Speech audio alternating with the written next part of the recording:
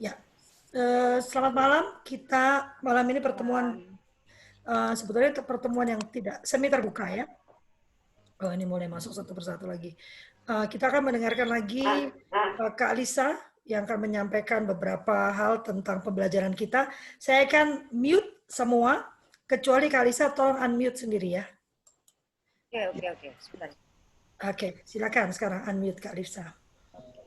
Ya, Oke, saya nggak akan banyak bicara. Setelah Kak Lisa bicara, saya akan off kamera saya karena saya hanya memfasilitasi ya. Terima kasih. Silakan Kak Lisa.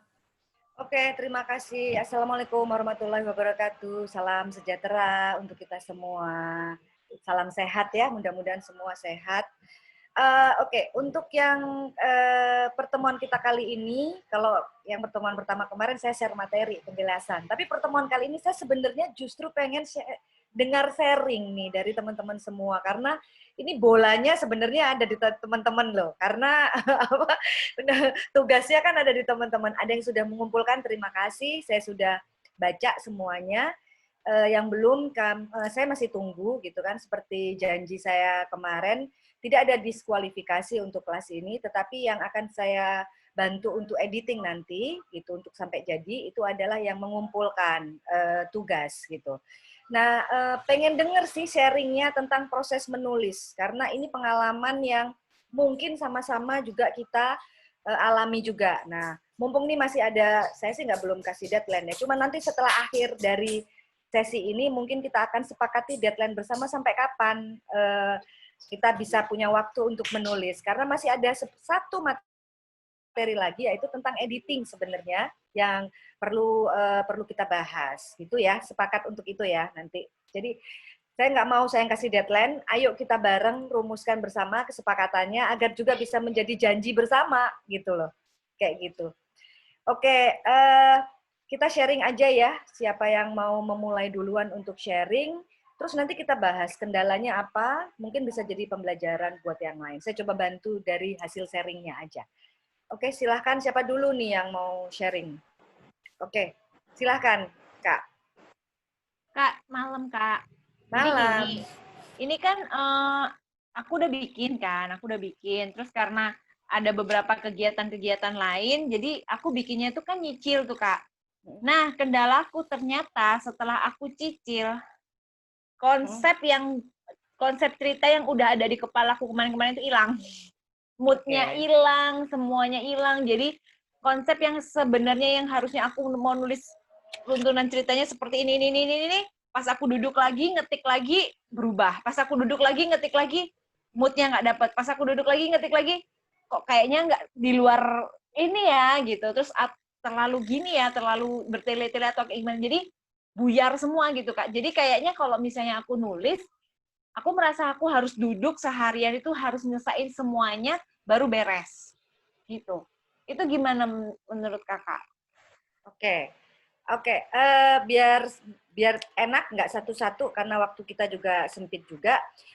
Tiga pertanyaan, tiga sharing dulu ya, tiga sharing Ya, dulu. Tadi Kak Nur Khotijah tadi kayaknya juga mau ada pertanyaan, silakan.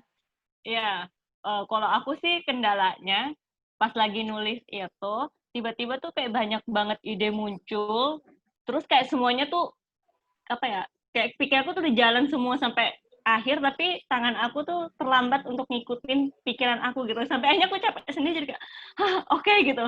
Jadi dari situ akhirnya nulisnya jadi nggak selesai-selesai gitu kan.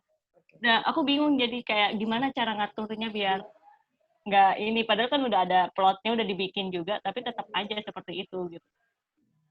Udah sih itu Oke, aja sih. oke aku udah catat. Kak Dania.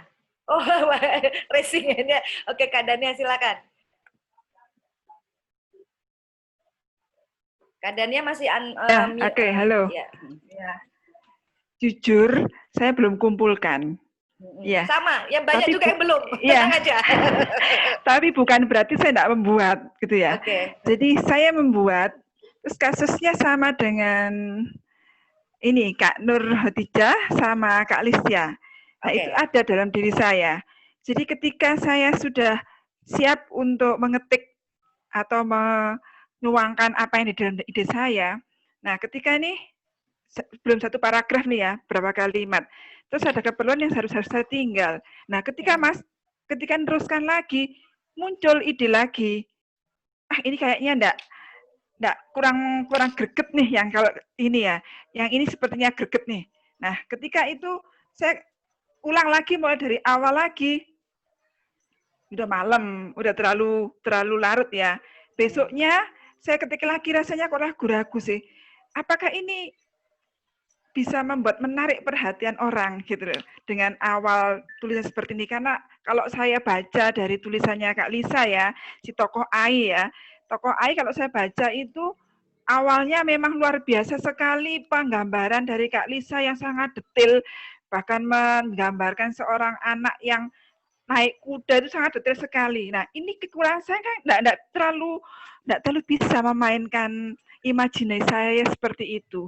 Saya jadi kayak jangan-jangan aku mesti harus eksplor dulu ya, aku harus adakan riset dulu ya untuk sesuatu yang harus aku ketik, karena sangat sangat dangkal sekali ketika saya mau menuangkan dalam tulisan ini gitu loh. Jadi akhirnya kalau saya bikin hanya 2 paragraf. 2 paragraf itu aja belum sampai ketemu yang namanya yang gregetnya itu. Gitu ya. Kembali lagi muncul lagi. Jadi saya bingung, ini yang mana yang mesti harus aku pilih ya ini ya. Sampai akhirnya 1 minggu berputar pada hal seperti itu. Karena kalau saya baca dari Kak Lisa, tokoh Ai awal-awalnya kan ya seperti itu. Tapi ketika ada satu kalimat yang membuat saya, ini menarik sekali ketika ada kalimat yang mengatakan, saya tahu dan saya paham sekali bahwa usiaku tinggal beberapa depa. Nah, ini buat saya, ini yang membuat penasaran gitu. Nah, tapi ketika saya nulis kok enggak ada yang bisa membuat penasaran gitu. Rasanya itu yang jadi kendala saya. Thank you ya. Terima kasih. Oke, Kak Betty udah tunjuknya. Tar dulu ya. Ini kan ketiga pertanyaan hampir sama nih. Aku jawab dulu aja ya, gitu. Oke, dari pertanyaan pertama dicicil, habis itu konsep hilang, mood hilang. Terus yang kedua malah terlalu banyak ide, gitu kan. Demikian pula ke Kak Dania juga begitu. Oke, aku jawab dulu ya. Ketiganya ini aku menemukan satu persamaan sebenarnya, adalah ragu. Aku melihat semuanya ragu gitu. Jadi ketika menulis kemudian ada satu perasaan, ini menarik atau enggak? Ini idenya keluar dari topik atau enggak? Ini yang aku tulis ini kok nggak nyambung sih sama yang kemarin gitu. Jadi ada keraguan. Teman-teman, ketika proses menulis itu adalah proses di mana mengeluarkan apa yang ada di dalam kepala kita lewat tangan. Jadi biarkan itu, jangan dihalang-halangi. Jangan pernah takut apakah itu nyambung atau tidak. Apakah itu keluar dari topik atau tidak. Apakah itu menarik perhatian orang atau tidak.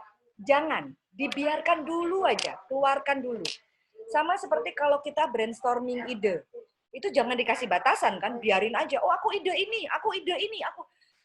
Kadang dipikir, itu ide datangnya dari mana sih? Itu nyambung apa enggak sih? Gitu. Biarkan saja dulu. Kita nggak akan pernah tahu kata-kata yang brilian atau ide yang brilian itu lahirnya yang seperti apa gitu. Jadi ketika awal draft pertama menulis, itu biarkan aja. Mau nyambung, mau enggak, mau kemudian ini nanti orang akan tertarik atau tidak, keluar dari perasaan itu, keluar dari pemikiran itu. Biar ini adalah duniaku, aku, laptopku, alat tulisku, dan pikiranku. Jadi ya terserah aja, aku mau nulis apa. Itu dulu pertama, gitu. Jadi biarkan saja, gitu. Karena nanti akan ada fase yang lain, gitu. Semua penulis itu tidak ada yang pernah jadi di dalam draft pertama. Pasti akan ada fase dibaca ulang, terus kemudian nanti diedit, kemudian dia bisa share ke yang lain mendengarkan, ini gimana ya, aku nulis kayak gini. Di situ ada masukan, ada semua itu. Gitu. Jadi lupakan perasaan atau ketakutan di dalam ini nyambung tidak, ini menarik tidak. Gitu. Orang kadang-kadang saya itu ketika udah nulis ya, baca lagi tulisannya. Emang ini tadi aku yang nulis? Kok kayaknya gini sih? Gitu loh. Jadi kayak bener nggak itu tadi aku gitu. Tapi pada saat menulis itu aku nggak mau terganggu dengan segala macam ini akan dibaca oleh orang lain atau enggak, ini ntar dulu. Lepaskan perasaan itu gitu. Nah, kalau yang soal nyicil dan moodnya hilang gitulah, itu memang jadi satu problem ketika kita menulis panjang. Biasanya yang saya lakukan ya Kak Listia, itu saya akan baca ulang lagi dari depan untuk mengumpulkan mood dengan peristiwa di awal yang kita tulis gitu. Baca lagi gitu. Memang butuh waktu iya gitu, tapi ya memang itulah prosesnya, proses di awal. Kecuali gitu ya. Kecuali teman-teman patuh dengan yang namanya outline. Di contoh yang memang kemarin saya belum bahas betul tentang outline. Saya soalnya tidak mau kelasnya jadi terlalu panjang. Tetapi di contoh yang saya sampaikan dari tulisan saya itu ada outline. Jadi Pak, saya akan pembahasannya tentang ini, tentang ini, tentang ini, tentang ini, tentang ini. Jadi ada urut-urutannya. Kalau nanti bisa dilihat lagi yang di contoh yang saya berikan. Jadi upayakan saja ketika menulis itu satu pokok bahasan selesai. Jadi masuk ke dalam pokok bahasan yang berikutnya lagi yang mungkin nggak perlu di mood yang sama. Gitu. Nah, gunanya outline itu untuk itu juga. Agar kita tidak hilang arah. Tidak hilang arah. Dan yang akhirnya yang tadi 2 minggu, tadi Kak Dania bilang 2 minggu akhirnya cuma di situ doang. Iya, sudah bikin outline belum? Kalau sudah bikin outline itu harusnya, oh aku sudah nulis ini, kemarin udah aku selesaikan. Ya udah aku selesaikan yang ini sekarang. Habis itu aku selesaikan yang ini sekarang. Jadi idenya itu sudah kita tabung dulu semuanya. Gitu. Kalau ternyata ada ide di luar dari outline, saya pernah, kalau nggak salah pernah sampaikan di kelas, bikin tabungan ide, buku catatan aja, kalau nggak sempat itu. Jadi ini kayaknya ada ide ini, tapi ini nggak ada di outline-ku. Tak tulis dulu aja lah, jangan dibuang. Siapa tahu nanti itu bisa ditambahkan ketika proses editing. Jadi tulislah sesuai outline-nya dulu saja. Biarkan itu pun dengan outline pasti nemu kok hal-hal baru. Nggak mungkin nggak, pasti nemu hal-hal baru. Tapi kalau itu, ini nggak ada di outline. Tapi daripada kemana ini hilang, siapa tahu nanti ini bermanfaat, tulis aja, siapkan buku catatan. Saya dulu ketika nulis novel itu satu buku ini habis hanya untuk mencatat ide. Nah itu. Nah Kak Dania ketika kemudian bicara tentang deskripsi, untuk informasi teman-teman, kalau membaca tulisan saya, kenapa saya pilih cerpen itu? Karena ada satu hal yang mau saya sharing. Saya bercerita tentang Padang Waingapu di Sumba. Teman-teman saya belum pernah ke Padang Waingapu di Sumba. Sama sekali belum pernah. Gitu. Tetapi saya merasa, gitu, saya suka dengan savana. Saya merasa ini sebuah simbolisasi seseorang dengan HIV positif, itu kosong kayaknya. Jadi saya simbolisasinya adalah dengan savana. Nah, savana yang menurut saya yang paling bagus katanya ada di Sumba gitu. Di mana itu? Saya riset. Saya berdasarkan, saya juga punya teman di NTT di Kupang, saya tanya, Padang Waingapu itu kayak apa sih tempatnya? Begini loh, begini loh, begini. Saya riset juga melalui internet. Kayak gimana sih gambar? Saya ambil foto-fotonya. Saya lihat foto-fotonya. Oh, begini Padang Waingapu itu. Saya belum pernah ke tempat itu. Saya belum pernah ke Raja Ampat. Itu tempat impian. Saya belum pernah ke Raja Ampat. Itu pun saya riset. Dari Raja Ampat harus ke pelabuhan mana, harus ke bandara mana, harus ke mana. Itu hampir semuanya riset. Kecuali ke Pulau W saya udah pernah.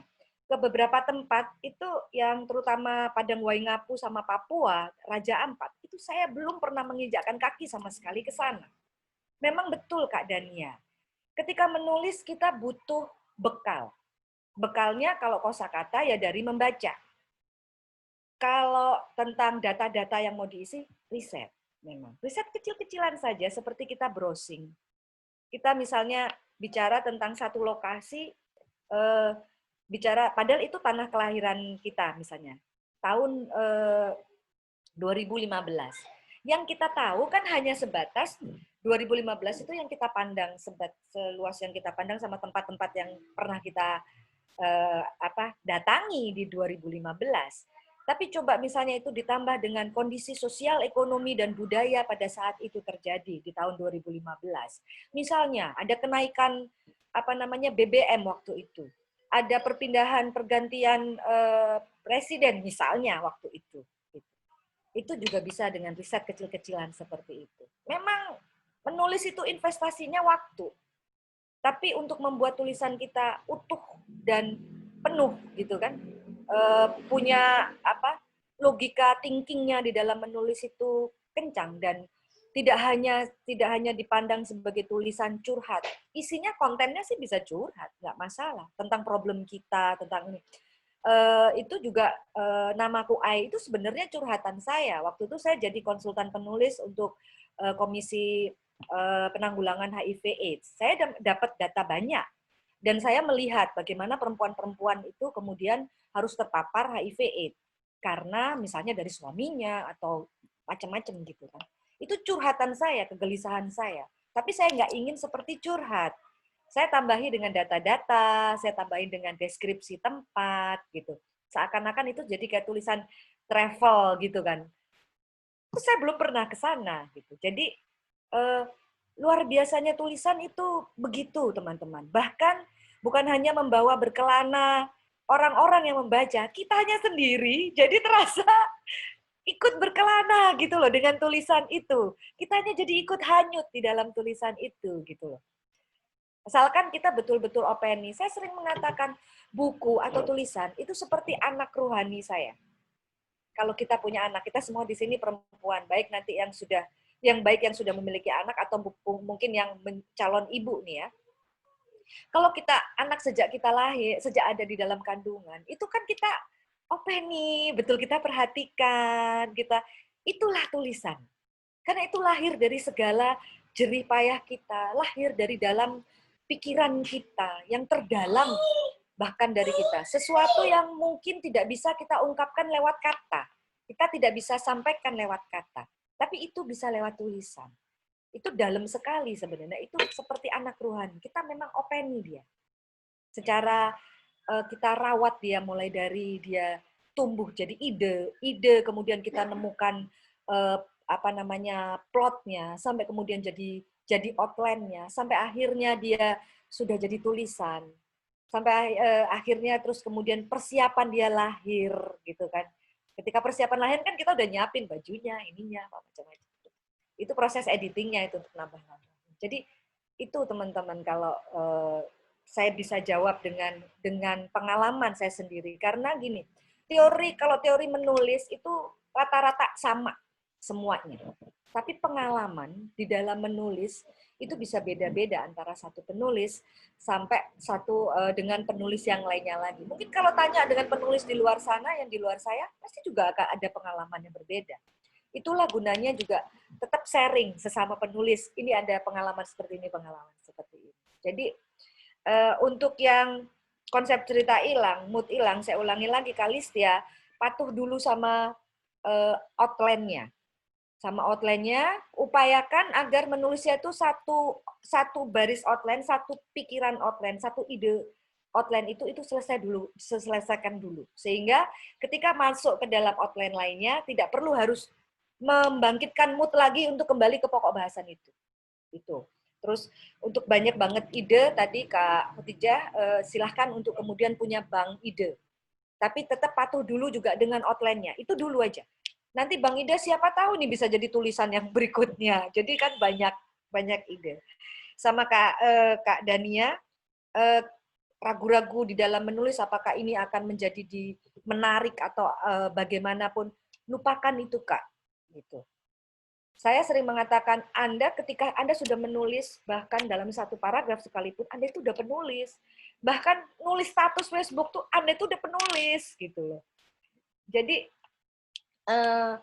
lupakan itu semua gitu loh. Ini curahan itu dulu yang pertama. Nanti akan ada waktu untuk kemudian kita bisa review ulang lagi. Ini cukup menarik. Oh ini baru. Itu nanti ada waktunya.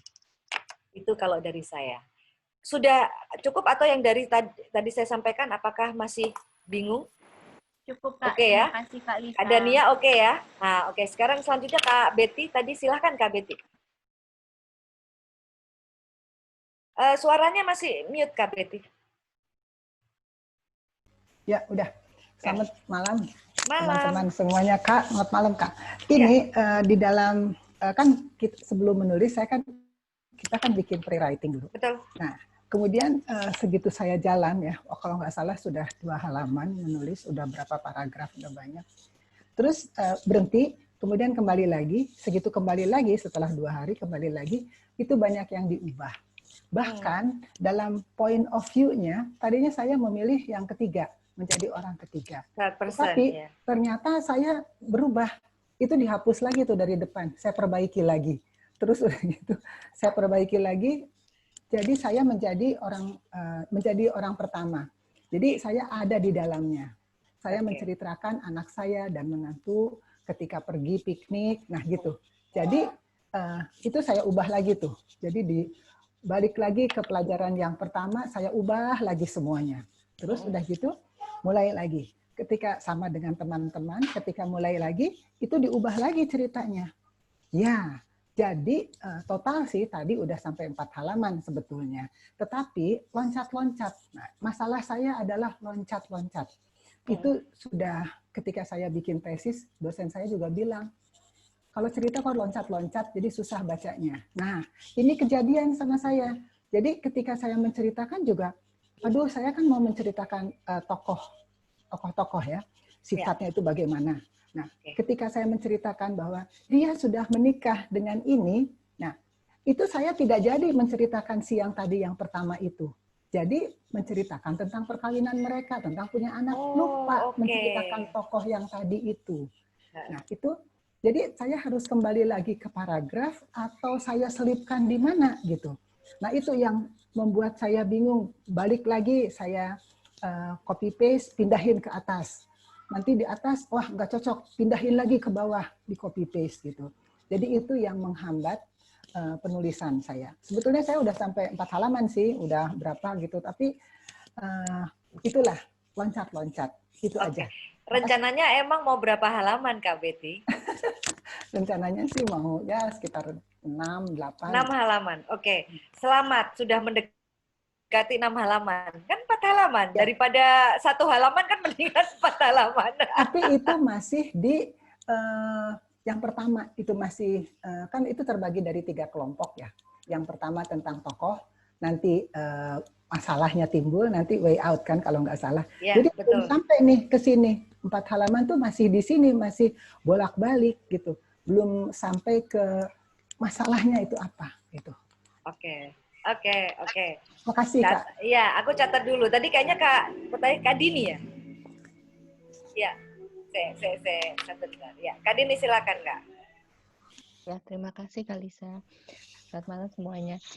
Ini saya juga sama punya problem yang sama juga dengan tadi Kak Lisha, Kak Nur, sama Kak Betty, juga Kak Dania. Hanya masalah yang tadi sudah terjawab dengan Kak Lisa, yang saya punya kesulitan lagi tentang cara menuangkan ide dalam bentuk tulisan. Nah, saya ini apa kan tadinya menulis itu point of view-nya orang kedua.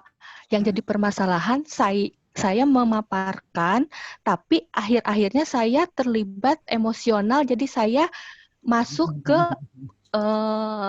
peran utamanya itu, aktor utamanya itu. Jadi seolah-olah saya jadi yang si Cindy-nya itu. Padahal kan saya yang menceritakan, tapi nggak tahu baper atau gimana kali saya jadi masuk gitu. Nah itu bagaimana? Jadi saya agak kepikir, ini kan saya menceritakan, tapi kenapa pas pemaparan, penulisan kok jadi saya yang masuk gitu. Jadi nggak sinkron. Itu bagaimana mengatasinya supaya kita tuh bisa tetap sejalan, tetap kita ngambil yang sebagai orang kedua gitu. Terima kasih Kak Lisa. Iya, terima kasih Kak Dini. Oke, ada lagi yang mau berbagi? Kak Ida, silakan Kak Ida. Malam Kak Lisa, semuanya. Malam. Selamat malam. Ya. Itu kan sebetulnya suka dengan cerita yang flashback ya. Oke. Cuman yang jadi kebingungan kadang menempatkan misalnya nih ada flashback A, B, C gitu ya di waktu yang beda-beda.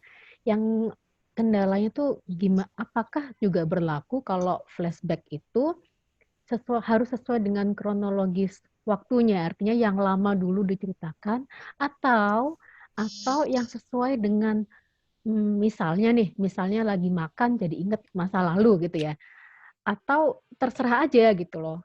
Tergantung lagi mood di mana gitu. Nah, sebetulnya gimana kalau Dengerin menata flashback ini? bagus Gitu tentang aja sih. menulis. Ya. Terima Oke. kasih. Ya, oke. 3 dulu ya. Nanti yang lainnya lanjut lagi. KBT banyak yang diubah, terus third person, diambil third person tapi terus loncat-loncat. Terus ketika masuk ke dalam satu cerita terus kebawa sama ceritanya. Nah, ini sebenarnya juga hampir sama Kak Dini. Kalau Kak Dini kebawa ke karakter, KBT kebawa ke peristiwa. Kebawa ke peristiwa kan gitu ya. Cara menuangkan ini bagaimana gitu. Oke, kalau kebawa ke peristiwa gitu. Kok saya cenderung untuk membiarkan ya Kak Betty. Biarkan aja. Nggak tahu kemana dulu gitu loh. Yang penting tadi kalau misalnya itu kan masih masuk di dalam outline-nya itu. Kalau itu kan tadi menikah dengan ini, maunya menceritakan tentang ini, akhirnya membawa ceritanya ke pernikahannya itu. Gitu. Udah biarkan dulu aja. Kalau untuk di awal ini kok saya pikir itu keluarkan dulu aja semua agar kita tidak punya keraguan ketika menulis gitu loh. Ragu itu nanti kemudian akan ada cara untuk kemudian bagaimana untuk tetap stand still di third person dan second person itu tadi. Tapi biarkan aja kita ngelatih gitu karena yang paling penting dari menulis itu kan melatih dulu. Ngelatih kita ngeladenin apa yang muncul di kepala di pikiran kita. Diladenin dulu, biar senang nih yang muncul gitu. Ibaratnya dia ini juga orang ya misalnya, oke deh aku ladenin deh, senang, biar senang gitu. Nanti abis itu kita batasin yang mana. Nah, kok saya cenderung itu Kak Betty. Kak Betty teruskan dulu aja gitu kan. Nah, kalau loncat-loncat tetap kembali ke outline Kak Betty. Outline ya. Tetap outline. Sama ketika ke tesis itu kan sudah pasti pembahasannya ada ini pembahasan tentang perumusan masalah, ini pembahasan tentang sudah.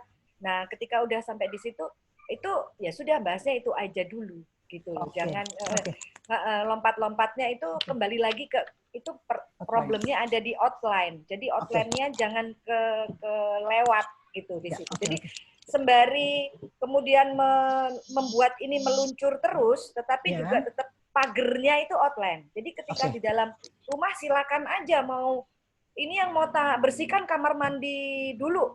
Nah, mau bersihkan halaman depan ternyata lewat kamar. Kayaknya kamar dulu deh. Ya, silahkan aja di situ. Tetapi tetap di dalam rumah ada pagernya. Seperti itu Kak Betty. Nah, Kak Dini ketika kemudian masuk ke dalam karakter, saya mau tanya dulu, ini karakter ini di awal gitu, kalau boleh tahu Kak Dini, Cindy ini memang menggambarkan Kak Dini atau bukan? Perpaduan. Oh, oke. Ya, pantas. Makanya pantas kenapa itu masuk ke dalam karakternya gitu kan. Kalau saran saya ketika kemudian saya tadi nyatet ada 2 pertanyaan sih, tetapi yang untuk ketika masuk ke dalam karakter, saran saya itu adalah ketika menjadi second person gitu, memang yang harus kuat itu adalah Kak Dini keluar dari situ, memang yang harus kuat itu. Jadi memandang Cindy, kalau misalnya udah masuk ke dalam karakter itu, memandang Cindy jangan terus kemudian ke bawah. Kalau yang kali ini jangan ke bawah karena khawatir akan ada tidak continuity-nya cerita, tidak continuity-nya karakter gitu loh. Ketika sudah mulai masuk, letakkan dulu. Bijak ini kan tadi kelihatannya sudah ada loh kok aku jadi masuk. Artinya ketika itu ke bawah itu sadar. Oke, letakkan dulu aja, kemudian mundur ke belakang, terus kayak ngelihat Cindy itu di hadapan kita. Nah, ini berhubungan juga dengan pertanyaan-pertanyaan pertanyaan pertama Kak Dini, bagaimana cara menuangkan ide dalam bentuk tulisan? Ini teman-teman, kebetulan saya juga pernah belajar yang namanya hipnoterapi. Nah, jadi ada yang disebut dengan modalitas belajar atau modalitas kita di dalam menerima atau menangkap informasi. Itu berdasarkan dari 5 sense kita. Saya mau spesifik tanya ke Kak Dini. Kak Dini, kalau misalnya saya minta, Kak Dini tutup mata, saya minta Kak Dini untuk ada gajah warna pink. Nah, Ya. oke, silakan buka mata lagi. Itu langsung ke gambar nggak gajahnya? Ada visualnya nggak? Ada Ya, visualnya, langsung. gajah. Ya. Dan ada warnanya pink. Ya. Oke, warnanya pink. Oke. Ya. Nah, artinya Kak Dini punya kekuatan visual yang kuat. Nah, coba sekarang Kak Dini lagi ya, karena kita bisa punya double modalitas, teman-teman. Kenapa ini juga sebenarnya penting di dalam menulis? Nanti saya kasih tahu, cuma caranya seperti ini. Coba Kak Dini tutup mata lagi. Ya, coba Kak Dini, ada suara angin. Suara angin yang pertama suaranya pelan. Di antara suara angin itu ada suara kerosak daun. Lama-lama suara anginnya makin lama makin kencang. Semakin lama semakin kencang. Oke, sekarang Kak Dini buka mata. Nah, yang Kak Dini rasakan apa? Bukan sekedar bunyi yang digambarkan oleh Kalisa, tapi saya melihat visualnya. Bagaimana itu anginnya, bagaimana ada gemersaknya, dan saya melihat ke situ. Begitu, Oke. Kalisa. Nah, pada saat itu tadi melihat ada angin yang mulai pelan-pelan sampai kencang, yang dirasakan Kak Dini apa? Dingin. Saya malah takut, karena yang dilihat itu anginnya kenceng banget. Oke, nah artinya modalitas ini menunjukkan modalitas yang paling kuat dari Kak Dini itu visual. Jadi begitu saya sampaikan tadi gajah, langsung kebayang. Kan kelihatan warnanya. Beda kalau misalnya kebayang sih gajah, tapi jauh. Dan kok nggak ada warnanya, cuma hitam putih. Ada loh teman-teman yang begitu. Gitu. Nah artinya, terus tadi ketika saya bercerita tentang sesuatu yang didengarkan, justru yang dikan Kak Dini malah justru visual angin. Padahal tadi saya kan tidak memberikan informasi untuk lihat ada angin. Kan nggak ada. Saya hanya minta mendengarkan. Tetapi yang muncul adalah visualnya. Gitu loh. Nah teman-teman artinya bagaimana cara kita memperoleh ini, pikiran ini, untuk bisa masuk ke dalam ini? Coba dilihat modalitas kita. Jadi kalau tadi modalitasnya adalah visual, coba Kak Dini sebelum menulis, visualkan dulu. Ceritanya itu divisualkan dulu di dalam pikiran. Gitu. Nah setelah tervisual di dalam pikiran, kita seakan-akan kayak ngeliat bioskop, terus kemudian ngetik apa yang terjadi di situ. Itu salah satu metode bagaimana menggunakan pikiran bawah sadar kita, karena data-data kata-kata dan pemikiran kita ini, memori kata-kata, itu semuanya ada di bawah sadar. Bagaimana cara kita panggil untuk bisa masuk ke dalam tulisan kita. Gitu. Saya juga sering gunakan metode itu soalnya. Gitu. Jadi kalau kuatnya di visual, coba diuji. Ketika kita, taruhlah, membaca sesuatu, ini yang paling kuat, itu kita langsung terbayang, langsung terasa ngeri, atau langsung kayak kita dengarkan cerita deh. Atau kalau misalnya kita itu lagi ngobrol gitu ya, saya lebih cepat untuk ketika kita, meskipun pakai handphone, saya tetap bisa kok. Tadi diomongin ini kan, gitu. Ada kan orang yang begitu, jadi meskipun dia kelihatannya main handphone, tapi apa yang diomongin, kayaknya tadi nggak denger deh, kok denger sih? Nah, artinya modalitas auditori dia kuat. Kalau bagi yang modalitas auditori, seakan-akan kayak dengerin sandiwara radio itu loh, ceritanya itu. Karena kan cerita itu kan sudah ada di dalam kepala kita. Hanya bagaimana caranya itu bisa kita masukkan di dalam tulisan. Persoalannya kan itu. Nah, coba menggunakan, kalau saran saya, gunakan metode itu. Bagi yang modalitasnya itu adalah visual, sebelum nulis bayangkan itu. Bayangkan aja si Cindy lagi ketemu sama Roy Martin gitu misalnya. Cindy ketemu sama Randy gitu misalnya. Terus kemudian dia berjalan ke sini-sini. Oke. Itu kayak kebentuk kayak video, itu yang kakak tulis. Itu kalau visual. Kalau yang rasa, coba bayangkan. Gimana itu rasanya seseorang yang kemudian harus jauhan dari orang yang ia sayangi. Dia harus menerima kekecewaan orang yang dia sayangi tidak seperti yang dia harapkan. Rasanya gimana ya? Coba rasakan dulu. Sakitnya. Sakitnya kayak apa sih? Kayak diiris-iris itu loh sama pisau. Itulah tulisan Anda. Tuliskan aja. Jadi bisa seperti itu metode yang digunakan. Gitu. Yang ini ini paduan-paduan ilmu loh ini. Jadi kalau tanya sama penulis lain yang tidak menggunakan metode pikiran bawah sadar, nggak ada kayak gini.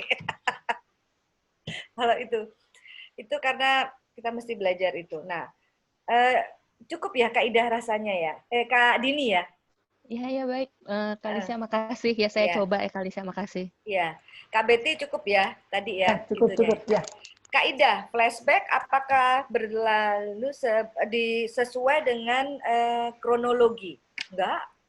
Bisa kok, misalnya kita jumping, kelihatannya seperti membingungkan pembaca gitu kan. Tapi akhirnya memberikan satu akhir yang kejutan yang orang nggak akan sangka. Itu kan menarik. Gitu. Nah, Kak Betty tadi saya bilang, jumping nggak apa-apa, tapi itu sengaja kita lakukan loh ya. Bukan karena kita kebawa dengan peristiwanya, tetapi kita dari awal sudah punya konsep, aku mau flashback, tapi aku jumping. Misalnya dia, tadi yang Kak Ida sampaikan, usia sudah 40 tahun. Dia sedang menceritakan ketika dia usia 20 tahun. Itu di-trigger dengan melihat sebuah foto di mana dia usia 20 tahun. Jumping 20 tahun ke belakang. Terus kemudian balik lagi ke depan. Dia cerita. Ada lagi di-trigger ketika dia bertemu dengan teman kuliahnya. Itu peristiwa misalnya 10 tahun yang lalu. Jumping lagi ke sana. Silahkan, nggak apa-apa. Asalkan itu betul dilakukan konsepnya dengan sengaja. Dan malah bisa memberikan orang nggak akan dem. Terakhirnya sesuatu yang betul-betul nggak disangka sama orang. Itu menarik jadinya gitu. Namanya juga nggak ada. Namanya itu kan tadi saya akan menceritakan tokohnya itu hanya 6 orang. Tiba-tiba ketika ketemu sedang kuliah, masuk lagi tuh nama. Jadi harus dimasukkan lagi ke dalam pre-writing itu. Jangan dulu kalau yang itu. Tadi saya bilang tetap ada pagar outline-nya, Kak Betty. Jadi kalau misalnya ada tamu baru lagi, gitu. Tunggu dulu ya di luar gitu loh. Saya masih nemuin tamu yang ini nih kayak gitu. Jadi kalau itu masih ada di dalam pagar, silahkan. Tetapi ada yang baru lagi, yang di luar dari pagar yang kita sudah tetapkan di awal. Tabung aja dulu. Tabung dulu. Itu. Ya, makasih. Ya, oke. Ada yang mau share lagi? Silahkan. Kak Lisa. Siapa nih? KN ya? Oke, KN. Silakan. Itu kan yang saya buat itu, ya saya meluncur aja ya. Ya. Apa yang saya yang saya pikirkan saya tulis gitu. Apakah dari segi itu ya struktur atau apa atau bahasa seperti apa itu ya. Kemudian mungkin yang perlu kita pikirkan itu touch-nya ya supaya dia lebih hidup, lebih menarik atau lebih enak gitu untuk dibaca. Nah itu mungkin bagaimana selain koreksi saya untuk koreksi yang saya buat. Jadi saya waktu yang saya susun itu ketika saya baca lagi ternyata yaitu tadi loncat, ada sesuatu yang loncat, jadi saya tambah-tambah, akhirnya jadi banyak gitu. Yang awalnya saya udah cukup ya 10 lembar, taunya disisip, saya juga heran kenapa jadi sekian lembar gitu. Iya.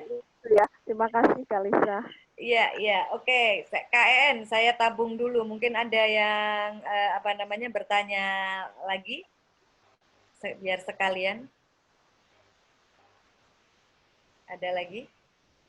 Masa aku nggak kelihatan semua nih soalnya. Bisa langsung speak up. Ini 1, 2, 3, 4. Nggak kelihatan semua partisipan sebenarnya. Oke, sambil menunggu ya yang lainnya ya, aku jawab dulu yang punya KEN. KEN saya sudah baca yang punya KEN. Komentar saya yang utamanya sama seperti yang saya sampaikan di grup. Saya boleh sharing ya tentang karyanya KEN ya, walaupun tidak secara utuh, tetapi secara general saja yang bisa untuk diambil pembelajaran oleh teman-teman semua. Izin ya KEN untuk saya share tentang karyanya ya di sini ya. Ya. Oke, KEN memberikan judul itu awalnya judulnya tentang anaknya, gitu kan. Tapi terus kemudian di dalam cerita KEN bercerita tentang satu tokoh perempuan dan satu tokoh laki-laki yang kemudian menikah dan problem pernikahan mereka. Koreksi kalau misalnya saya keliru, saya tangkap idenya seperti ini. Barulah kemudian cerita tentang anaknya ada di akhir. Gitu. Saya banyak membaca tulisan KEN yang justru muncul adalah sebenarnya adalah pernikahan dari laki-laki dan perempuan ini. Gitu. Makanya komentar saya pada saat itu adalah KEN ini ada 2 ide cerita. Karena ini cerpen gitu kan, dan tentu saja ruang terbatas dan kemudian harusnya kalau cerpen itu hanya ada 1 ide cerita. Jadi kelihatan biar agar solusinya pun langsung menuju ke satu solusi yang utama gitu. Saya melihatnya masih ada 2 ide cerita ya. Mungkin tadi KN udah sharing ternyata nambah kayak gitu, ternyata berkembang gitu. Gak apa-apa sih, saya sangat appreciate gitu loh. Malah ada 2 cerita yang ini bisa jadi dipecah loh, jadi 2 cerita karena cerita tentang Ina dan Dharma itu ini harusnya luar biasa tentang pengorbanan gitu loh. Tapi kemudian tertutup dengan kemudian di akhir ceritanya tentang anak gitu. Nah, saya pikir stick dulu dengan 1 ide cerita.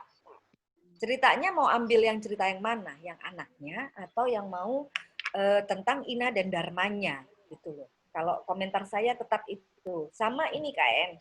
Nah, ini yang perlu saya jelaskan untuk semua, untuk teman-teman semua, berdasarkan dari cerita-cerita yang ada, bukan hanya yang dibikin oleh teman-teman, tapi di luaran sana, gitu kan.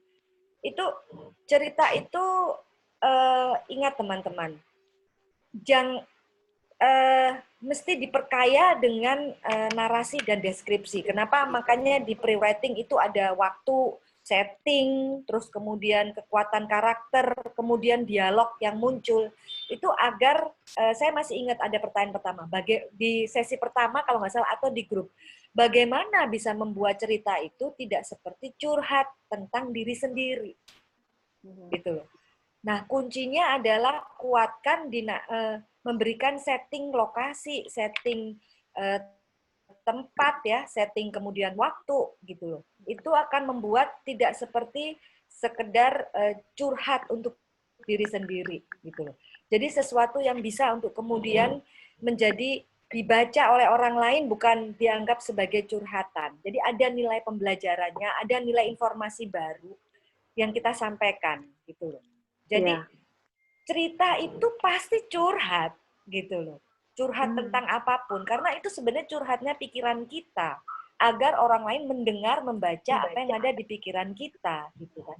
Cuma gimana caranya curhat itu di-package, dibungkus dengan sesuatu yang indah, sesuatu yang bagus, dan orang lain seakan-akan kebawa. Seakan-akan, nah itu persoalan aku juga. Nah itu aku seperti mengalami itu. Nah, akhirnya masuk kan ke dalam pikiran pembaca gitu. Jadi bagi yang belum menulis, saran saya tulisan boleh curhatan, tetapi tolong kekuatan narasi mengenai setting lokasi, deskripsi tentang lokasi, terus kemudian tentang bagaimana karakter itu bisa terbaca lewat dialog-dialognya. Misalnya contoh dialog ya. Kalau saya misalnya karakter yang misalnya kalem, di situ dia hanya kemudian dialognya, iya, saya nggak apa-apa kok, saya maklumi, saya terima kok apa yang kamu sampaikan. Nah, itu kan karakter yang ini, Kang. Tapi kalau kemudian karakter yang sifatnya galak, dia akan menggunakan saya tidak akan seperti itu. Saya tidak bisa terima kata-kata, tidak, iya. Nah, itu sebenarnya bisa menggambarkan tentang si karakternya lewat dialog gitu. Jadi show don't tell. Jadi nggak perlu ngomongin di situ bahwa saya karakter misalnya taruhlah namanya Santi. Santi adalah seorang yang pendiam. Santi adalah seorang yang tidak banyak bicara. Tidak harus digambarkan seperti itu. Tapi itu bisa lewat dialognya. Bisa lewat gerakan. Misalnya gerakan adalah ketika di situ ada satu adegan di mana ada Rudi, ada Santi. Rudi menyampaikan gagasannya kepada Santi.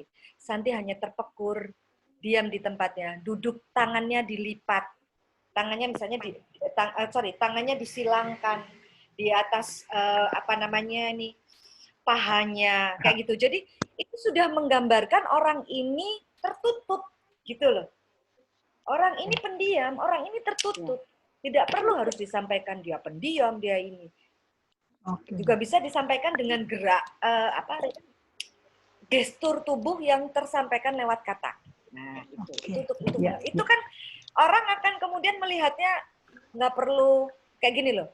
Santi itu pendiam, dia juga ya kayak gitu loh orang-orang. Tapi kalau misalnya dia gini, orang kan nikmatin, mikir, oh jadi dia itu pendiam ya. Biarkan itu menjadi, biarkan pembaca juga punya hak menilai gitu loh teman-teman, gitu loh. Seperti itu, di dalam mengolah kata, bermain katanya, itu untuk memainkan katanya bisa seperti itu. Kayak gitu. Kayak gitu Kak En gitu. Jadi nggak apa-apa. Ini sudah lebih dari 3 hari dari yang KN saya kasih kesempatan untuk kalau KN dari yang hasil kita diskusi malam ini ada yang mau diperbaiki silakan. Gitu. Silakan aja KN dari hasil mungkin saya lebih kekurangan saya adalah bagaimana touch-nya, deskripsinya itu yang mungkin agak kurang di situ gitu. Kalau untuk sifat sih saya nggak menjelaskan ya, saya nggak jelaskan, tapi ya itu ketika kalau dialognya itu sebenarnya cukup nggak itu atau memang kurang atau tidak ada batasan ya untuk dialog? Nggak ada batasan untuk dialog. Cuman nanti pada saat editing saya akan sampaikan tentang bagaimana penggunaan untuk dialog yang benar. Tapi nanti saja. Cuma KN ada dialog-dialog yang menurut saya cukup membantu untuk menerjemahkan karakter. Seperti contohnya ketika terjadi percakapan antara Ina sama Dharma. Gitu. Ina itu orangnya nerimoan kan. Gitu loh. Tidak dijelaskan tentang Inanya nerimoan, tetapi apa yang disampaikan Dharma itu iya gitu loh. Saya terima gitu loh. Itu banyak. Saya kemudian bisa menggambarkan Ina itu seperti apa juga salah satunya dari dialognya. Seperti itu. Cuma memang deskripsinya. Jadi saya harus sampaikan kepada KN bahwa yang apa yang KN tulis masih seperti curhat. Gini sama satu lagi, tolong KN tetapkan mana yang mau KN ceritakan, Ina atau dan Dharma atau tentang siapa tuh Aulia siapa Audrey gitu. Apakah Audrey? Karena sebelum Audrey ada juga siapa Kinara. No. Satu anak Kayla. Jadi ini yang mana yang mau dinikan? Jadi akhirnya keempat tokoh ini ngambang semuanya. Karena tidak ada yang menjadi utama untuk diceritakan. Fokusnya mau yang mana? Gitu. Ya, berarti bisa dipecah ya itu ya. Bisa, sangat bisa dipecah itu KN. Silakan kalau mau diperbaiki silakan, tapi enggak Kak, saya mau yang itu dulu aja, nanti mau yang di editingnya saya pengen tahu kayak itu pun it's okay. Tapi kalau KN mau melatih untuk kemudian memperbaiki tulisannya, saya juga malah it's okay banget gitu loh. Malah lebih advance karena ada satu tulisan bisa diperbaiki, latihan lagi gitu. Itu malah lebih advance. Terima kasih. Ya. Waktunya. Gimana waktunya? Aduh, iya udah 19.40 teman-teman. Nggak terasa. Oke, Kak Lovely boleh nggak sekali ini saya sedikit lagi untuk kesepakatan tulisan ini mau sampai kapan deadline-nya. Tolong kita sepakati bersama malam ini, sehingga nanti bagi yang tidak hadir ya mau tidak mau harus ngikutin kesepakatan yang hadir. Nah, yang belum menulis dan yang memperbaiki, ayo kita tetapkan deadline. Sampai kapan? Ayo, berani tetapkan deadline. Akhir bulan. Jangan, cerpen, jangan 1 bulan, itu bisa buat novel. Akhir bulan ini. Wah, akhir bulan ini. Lama ya. Terlalu lama ya. Terlalu lama. Terlalu, Mungkin Nggak. seminggu, Kak. Seminggu, Seminggu. ya. Seminggu kali. Jadi oke ya, seminggu ya, Iya. seminggu. Seminggu Selesai lagi. nggak selesai kumpulkan Minggu, itu minggu seminggu. depan. Siap. Oke, kita Ya, sepakat ya, seminggu. kumpulin. Seminggu berarti oke lah. Hari minggu depan itu sudah Depan. terkumpul ya. Hari minggunya. Tanggal berapa aku nggak lihat, nggak ada kalender. Sekarang kan tanggal 11 ya. Sekarang hari ini Sabtu tanggal 11. Berarti tanggal 18. Tanggal 18 ya. Minggu tanggal 19 hari Minggunya. Tanggal 19, Oke. kalau Minggu 19. Tanggal 19 ini Ya, jamnya jam tanggal 19.40. Oke, kalau gitu sesuai dengan jamnya. Hari Minggu Tanggal jam 19.40 deadline. Gitu ya. Oke. Gitu. Nah, saya akan ini yang untuk yang sudah kumpulkan itu yang nanti akan secara personal akan saya edit. Tetapi bagi yang memang tidak mengumpulkan di tanggal ini masih tetap terus bisa mengikuti karena materi selanjutnya kan editing, tinggal 1 materi aja. Gitu ya kesepakatannya teman-teman. Oke. Siap, Kak. Oke, saya kembalikan lagi. Terima kasih ini semuanya. Makasih, Kak. Kalau yang sekali lagi meskipun ini seminggu kosong, tapi tetap bisa kalau ada pertanyaan langsung ke grup. Jadi biar tetap bisa seru-seruan kita di grup. Ya, makasih semuanya Kak. Makasih, Kak Lovely Lisa. saya kembalikan. Makasih, Kak. Makasih, saya kembalikan ke Kak Lovely. Terima kasih, Kak Lisa. Ya, terima kasih ya. Maaf saya potong karena kita masuk ke operate yang close meeting, right? Ya, terima kasih Kak Lisa. Nanti rekaman ini akan saya upload, baru saya bagikan ya supaya mudah menontonnya. Kita sudahi sampai di sini ya. Sampai Ya. ketemu. Jangan lupa ya, jangan pergi ya. Kita pindah ke operate sudah. close meeting ya. Sampai ketemu lagi. Bye Mari, bye. bye. Bye-bye. Lisa. Makasih semua.